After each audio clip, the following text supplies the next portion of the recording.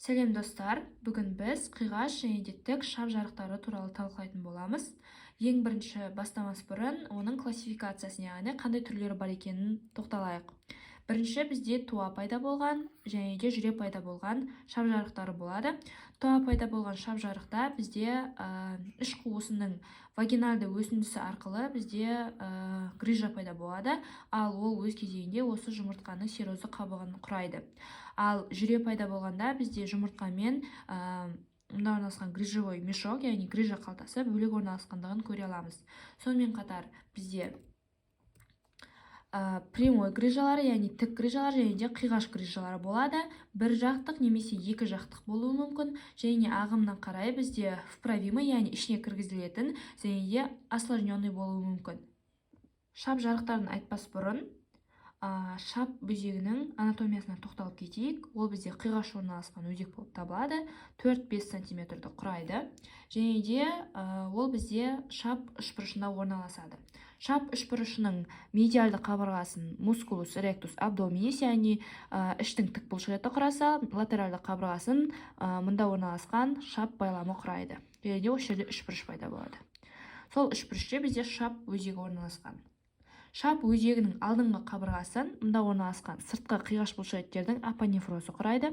Артқы қабырғасын көлденең фасция құрайды. Жоғарғы қабырғасының іштің қиғаш бұлшықеттері мен көлденең бұлшықеттерінің төменгі жиектері құраса, ал төменгі қабырғасын мұнда орналасқан шап байламы құрайды. Және де оның екі тесігі болады. Ішкі тесігі және де сыртқы тесігі болады.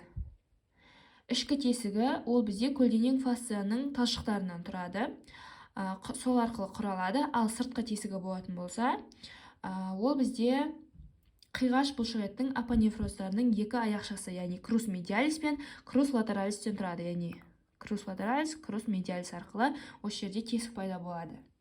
Шап каналының құрамына ер адамдарда семенной канатик немесе тұқымдық шылбыр өтеді, ал әйел адамдарда жұмыр байлам өтеді, оны лигаментум терес утери деп атаймыз. Қиғаш жарықта жарық қалтасы ішкі тесіктен өтеді, ары қарай тұқымдық шылбырдан өтіп, сыртқы тесік арқылы шығады. Ары қарай мошонкаға да өтуі мүмкін.